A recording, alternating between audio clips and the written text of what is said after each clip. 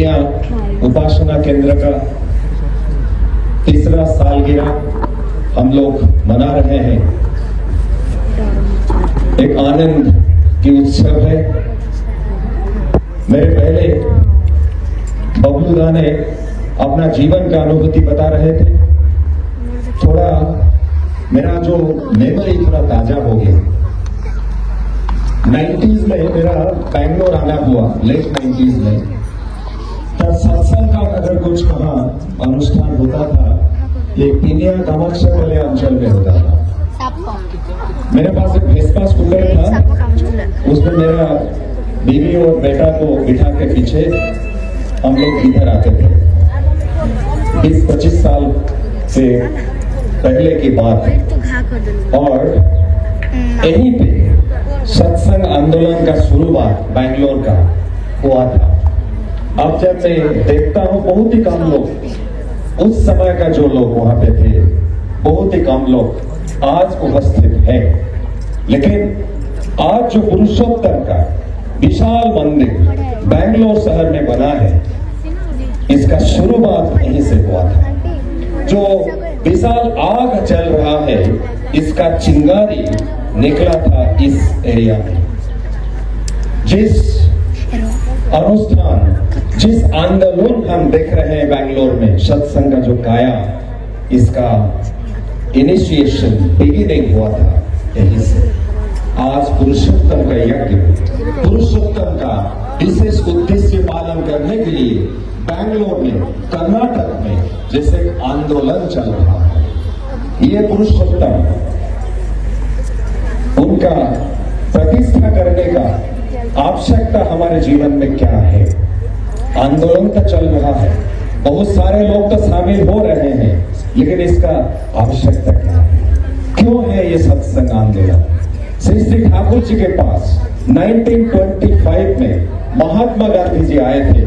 उन्होंने श्री श्री ठाकुर जी से सवाल किए, ठाकुर आपका ये सत्संग आंदोलन का पर्पस क्या है, उद्देश्य क्या है? श्री श्री ठाकुर जी ने कहा, ये जो सत्संग का जो अनुष्ठान मैंने बनाया है, ये आंदोलन है कि नहीं मुझे पता नहीं, लेकिन आप अगर पूछते हैं कि मेरा मकसद क्या है, तो मेरा मकसद एक है। इस दुनिया में, भारत में, सारा पृथ्वी में जितने सारे लोग हैं, उनके जीवन के अंदर, उनके अंदर जो दुख, जो यंत्रणा, जो ज्वाला, जो वेदना, इसको दूर करना है मेरा ये जीवन का उद्देश्य। मैं आया हूं इसको दूर करने के लिए। अगर इसको आप कहते हैं आंदोलन, तो आंदोलन ही सही। ये था श्री श्री ठाकुर जी का उत्तर। कैसे दूर करते हैं मनुष्य का दुख, कैसे दूर करते हैं मनुष्य का यंत्रणा? उस दिन पावना हिमायतपुर में एक ईंट का फैक्ट्री में ईंट बन रहा था। श्री श्री ठाकुर जी अपना भक्त भोलानाथ से कह रहे हैं, भोलानाथ वहां पे जाओगे? भोलानाथ दा आगे जा रहे हैं, श्री श्री ठाकुर खड़े हुए हैं। भोलानाथ दा से बोल रहे हैं, और आगे जा। भोलानाथ और आगे जाते हैं। इसका जो आग का जो ताप, उत्ताप, वो सहन नहीं हो रहा है। भोलानाथ दा बोल रहे, ठाकुर और आगे जाना संभव नहीं। ये जो ताती, ये जो उत्ताप, इसको सहन करना संभव नहीं है। श्री श्री ठाकुर जी बोल रहे हैं, तू क्या कर सकता है? ये ईंट का जो फैक्ट्री, यहाँ का जो उत्ताप, इसको सह करना संभव नहीं है, लेकिन मनुष्य का जीवन के अंदर, मनुष्य का अंतर में, इसका प्राण में, मनुष्य का हृदय में जो यंत्रणा, जो ताती, जो उत्ताप, इसको क्या दूर से कर सकते हो भोलानाथ? यही था श्री श्री ठाकुर जी का कहना। श्री श्री ठाकुर जी आए थे हर किसी का दुख, यंत्रणा को दूर करने के लिए। श्री श्री ठाकुर जी नवयुवक थे, तब जब कीर्तन का युग शुरू हुआ था, कीर्तन धाम कीर्तन में ठाकुर और भक्त मंडली कूदते थे, नाचते थे। और एक दिन शाम का समय है, बारिश हो रहा है, एक माँ अपना बच्चा को लेके आई हुई है श्री श्री ठाकुर जी के पास। बीमारी है, डॉक्टर लोग ने जवाब दे दिया, जीने का कोई संभावना नहीं है। कहां से सुना है? श्री श्री ठाकुर अनुकूल चंद्र जी है, उनका चरण का धूल थोड़ा स्पर्श कर दोगे, तेरा बेटा का माथा पे अगर थोड़ा लगा दोगे, चाहे तुम्हारा, शायद तुम्हारा बच्चा बच सकता है। बारिश का मौसम है, बच्चा को चादर में कवर करते हुए माँ लेके आई हुई है। उदंड कीर्तन में शिष्य ठाकुर जी है, चारों ओर भक्त मंडली, ठाकुर जी के पास जाएगा कैसे? उसको देखते हुए लोग भगा रहे हैं, बोले तू क्या पागल औरत है, ये बीमार बच्चा को लेके ये बारिश हो रहा है तो क्या कर रहा है यहीं पे, भाग जा यहाँ से। लेकिन माँ जाने के लिए तैयार नहीं है। ठाकुर जी का चरण का धूल होना चाहिए। ठाकुर जी का अंतर्यामी है, मन का बात तो समझते हैं। ठाकुर जी हठात इतना जोर से कीर्तन करने लगे, इतने जोर से कूदने लगे, इतने जोर से नाचने लगे, ठाकुर जी के पैर के नीचे से थोड़ा सा मिट्टी गिरा कोई माँ के सामने। माँ खुश होके, आनंदित होके धूल मिट्टी को लेके बच्चा का सर पर लगाया। ये बोलने का जरूरत नहीं है कि बच्चा उसके बाद ठीक ही हो गया। ये से ठाकुर जी का दया। कुष्टिया से आ रहे हैं जोयर दादा, आशुतोष जोयर दादा। ये बारिश का मौसम नहीं था। नौका में पद्मा नदी पार कर रहे हैं, बहुत सारे लोग हैं नौका में।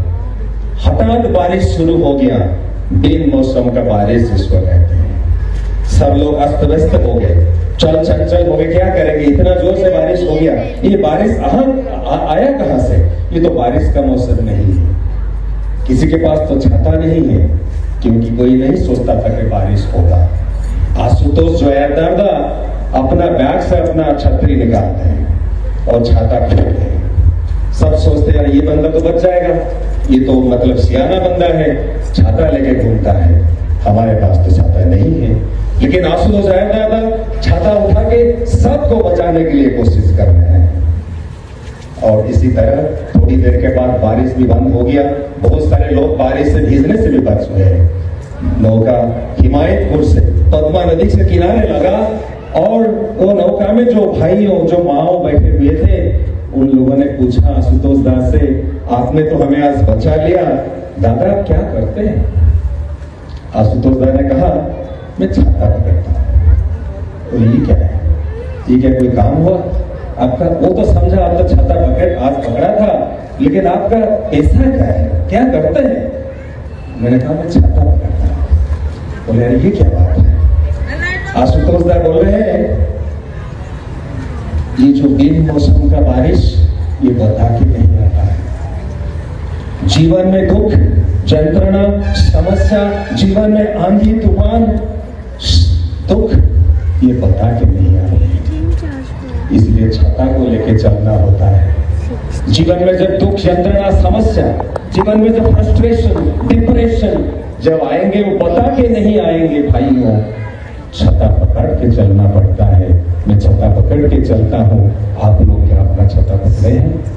ये छाता है जीवन का गुरु, जीवन का इष्ट। जब जीवन में आंधी तूफान आता है, बातास आता है, समस्या आता है, जीवन में रोग बीमारी आता है, ये छाता रक्षा करता है, बचा लेता है। ये है हमारा श्री ठाकुर, ये है पुरुषोत्तम, ये ही हमें जीवन में बचाते हैं। बार बार हमें जीवन में वो बताते हैं, हमें उद्धार की पथ दिखाते हैं, रास्ता दिखाते हैं। किशोरी मोहन श्री ठाकुर जी के बाद बचपन से ठाकुर जी का, ये ठाकुर जी के बाल्य बंधु थे, लेकिन उनका कुछ बुरे आदत भी था। और एक दिन शाम को कुछ दुष्कर्म करने के लिए वो निकले वाले थे, क्योंकि प्रकृति के ऊपर मनुष्य का कंट्रोल नहीं होता है। उन्होंने सोचा था आज आगे ये काम करना है, थोड़ा आनंद लेना है। अगर कोई उनका मन में इतना तीव्र इच्छा था वो कर्म करने के लिए, अगर कुछ बाधा नहीं पहुंचता तो वो जाके काम कर ही लेते। तो अपने कमरे में बैठे हुए हैं, तैयार हो रहे हैं जाने के लिए, कहां से पता नहीं मधुमक्खियां उनके कमरे में घुस गई, पता नहीं कहां से आई और उनको दंशन किए, उनको काटने लगे। यंत्रणा में उनका शरीर छटपट करने लगा और वो धराशायी हो गए। यंत्रणा हो रहा है, कष्ट हो रहा है, लेकिन मन में थोड़ा आनंद है, मेरा गुरु जी ने मुझे बचाया। अगर ये बाधा मुझे नहीं होता, ये बाधा अगर नहीं पहुंचता तो मैं शायद दुष्कर्म करने के लिए निकल जाता। अगले दिन किशोरी मोहन सुबह सुबह ठाकुर जी के पास पहुंचे हुए हैं और ठाकुर जी पूछ रहे हैं कि मधुमक्खी का काटना कैसे लगा, मधुमक्खी का काटना कैसे लगा। ठाकुर जी से किशोरी मोहन बोल रहे हैं आपको कैसे पता, मैं तो किसी को बताया नहीं, आपको कैसे पता। ठाकुर जी बैठे हुए थे, अपने शरीर में था चादर, चादर को ठाकुर जी खोल दी। किशोरी मोहन देख रहे हैं जहां जहां उनको मधुमक्खियां ने दंशन किए थे वहां वहां श्री श्री ठाकुर जी के शरीर में मधुमक्खी काटने का चिन्ह था, दाग था। यही श्री श्री ठाकुर बचाते हैं हमें, खुद कष्ट लेके अब हमको बचाते हैं, अपने को अपने शरीर में कष्ट लेके भक्तों को बचाते हैं। वही उनका परिचय, वही इसी तरह वो रक्षा करते हैं। उस दिन उन्होंने सिर्फ किशोरी मोहन को बचाया नहीं, उनका चरित्र में जो दाग होने वाला था उससे भी बचाया और उनका चरित्र का परिवर्तन किया, क्योंकि वो आते हैं, उनका मिशन होता है man making and man we making. मनुष्य को बचाने के लिए आते हैं, रक्षा करने के लिए आते हैं मनुष्य को। जब श्री श्री ठाकुर जी से एक बंदा ने प्रश्न किया what is your mission, Shri Shri Thakur ji ने कहा my mission is to thrust manhood in man, my mission is to thrust manhood in man. मनुष्य के अंदर मनुष्यत्व जगाने के लिए मेरा ये जीवन का उद्देश्य है और मेरा जीवन का कोई उद्देश्य नहीं। हमारे अंदर मनुष्यत्व को जगाने के लिए श्री श्री ठाकुर जी का आविर्भाव हुआ है। हमें श्री श्री ठाकुर जी का इस यज्ञ में जुटना होगा। श्री श्री ठाकुर जी को प्रतिष्ठा करना जीवन का एकमात्र उद्देश्य है। हम लोग परम भाग्यशाली हैं। ये ठाकुर जी का जीवन का घटना बताते हुए मैं आपको बताने की कोशिश करूंगा हम लोग भाग्यशाली क्यों हैं। श्री श्री ठाकुर जी एक बार भक्त मंडल को व्यवस्थित होकर बैठे हुए हैं, बहुत सारे भक्त सामने बैठे हुए हैं, कुछ आलोचना चल रहा है। एक साधु जी दाढ़ी है, जटाजूट साधारी साधु जी, टोपिनधारी, गेरुआ पहने हुए हैं, तिलक लगा हुआ है, भागते हुए ठाकुर जी के पास आए। जोर से चिल्ला के उन्होंने कहा तुम यहीं पे बैठे हो। ठाकुर जी कहे तुम यहीं पे हो, मैं हिमालय से तुम्हें ढूंढा, पहाड़ जंगल में तुम्हें ढूंढा, सारा दुनिया में तुम्हें ढूंढा, तुम यहीं पे बैठे हो, यहीं पे बैठे हो। तो इतने ही बोल के ठाकुर जी से प्रणाम किए और जैसे भागते हुए आए थे इसी तरह भागते हुए चले गए। सब भक्त लोग आश्चर्य हो रहे क्या बात है, ये बंदा सारा जगत ठाकुर जी को ढूंढ रहा था और बोल रहा है ठाकुर जी मिल गए, ठाकुर जी के पास आ गया, फिर आके बोला तुम यहीं पे बैठे हो, प्रणाम किया, फिर भाग गया। सब ठाकुर जी को देख रहे। ठाकुर जी बोल रहे हैं এই জন্মতে শুধু দর্শনটাই ছিল, এই জন্মতে শুধু দর্শনটাই ছিল। इस जन्म में सिर्फ उसका दर्शन करने का ही सौभाग्य था और आगे जाने का सौभाग्य इस जन्म में नहीं है, शायद अगले जन्म में। परंतु जो बात श्री बड़दा कहते हैं बहुत जन्मों का साधना अगर तुम्हारे जीवन में होगा तो पुरुषोत्तम का नाम सुनने का अवसर मिलेगा। अगर उससे भी ज्यादा साधना करने का तुम्हारे अंदर तुम साधना किए हो तो पुरुषोत्तम को ग्रहण करने का अवसर मिलेगा। श्री बड़दा कहते हैं और उससे भी ज्यादा साधना तुम किए हो पुरुषोत्तम को ग्रहण करके उनको लेके उनको प्रतिष्ठा करने के लिए आगे तुम बढ़ पाओगे। अगर तुम आगे बढ़ रहे हो तो उसका मतलब है बहुत जन्म का साधना तुम्हारे अंदर है। ये श्री बड़दा की बात। एक छोटा सा घटना मुझे उड़ीसा की याद आ रहा है, ये हाल ही का घटना है, ये बता के मैं वक्त समाप्त करूंगा। उड़ीसा में एक जगह में दो प्रवीण ऋत्विक दादा थे। एक ऋत्विक दादा एक गांव में रहते थे और 10-15 किलोमीटर के दूर और एक दादा थे। दोनों ही प्रवीण कर्मी थे, दोनों ही जान पहचान के थे, दोनों के साथ बहुत लोग भी घूमते रहते थे ठाकुर जी में काम करने के लिए। दोनों ही जब बात करते थे लोगों के आंखों में आंसू आ जाता था। भक्त मनुष्य दोनों ही। एक ऋत्विक दादा ने सोचा कि मेरा गांव में मंदिर बनाए, तो मंदिर उन्होंने बनाने के लिए लागू। दूसरा जो ऋतिकदारा थे उन्होंने सोचा ये मंदिर बनाएंगे, मेरा गांव में मंदिर क्यों नहीं बनेगा, वो भी मंदिर बनाने के लिए लागू। पास मतलब दोनों जगह में इतना नजदीकियां है, दोनों मंदिर का जरूरत नहीं है, ये दोनों ही मंदिर बनाए। श्री परम पूज्य श्री दादा तब जो आचार्य देव थे उन्होंने आके एक मंदिर उद्बोधन किए और कुछ महीने बाद दूसरा जो दादा थे वहां के भी मंदिर बना। दोनों दादा के बीच अनुबंध था, नहीं जम रहा था, दोनों ही अलग अलग मंदिर बना लिए और अंत हो गया। श्री दादा के भी महाप्राण हो चुका है।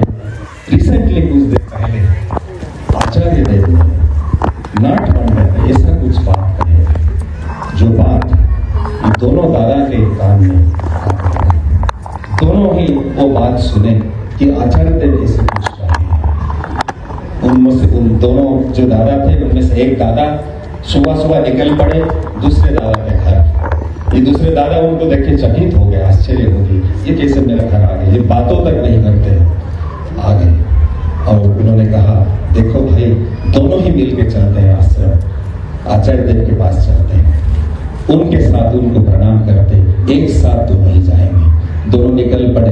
आचार्य देव दोनों को देखे खुश हो रहे हैं, इतना खुश हो रहे हैं कि बता नहीं सकते, खुशी का जैसे कोई सीमा नहीं है।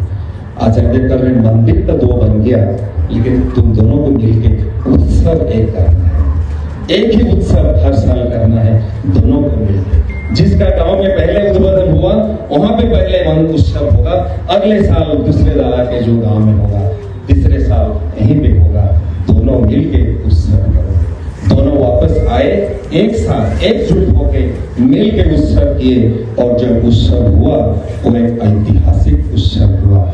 ये है श्री श्री ठाकुर जी का दया, ये है ठाकुर जी को पकड़ के आगे बढ़ने का हमारे अंदर जो आकुति, यही हुई आकुति। श्री श्री ठाकुर जी कहते हैं जीवन में बाधा आएगा, बाधा को बाध्य करके आगे बढ़ना पड़ेगा। जीवन में ना सुनने को मिलेगा, ना को हाँ में रूपांतरित करके आगे बढ़ने होगा। जीवन में भय आएगा, भय को जय करके आगे बढ़ना होगा। श्री श्री ठाकुर जी कहते हैं roll on like a flood over the sorrow, suffering and calamities of the world with love, sympathy and service, and with the message of beloved the Lord, with the knowledge and activity that illuminates the way of the dull and deteriorating, depressed, flow on, extremely unresting and undisturbed. Vande Guru Shobha. Jai Guru.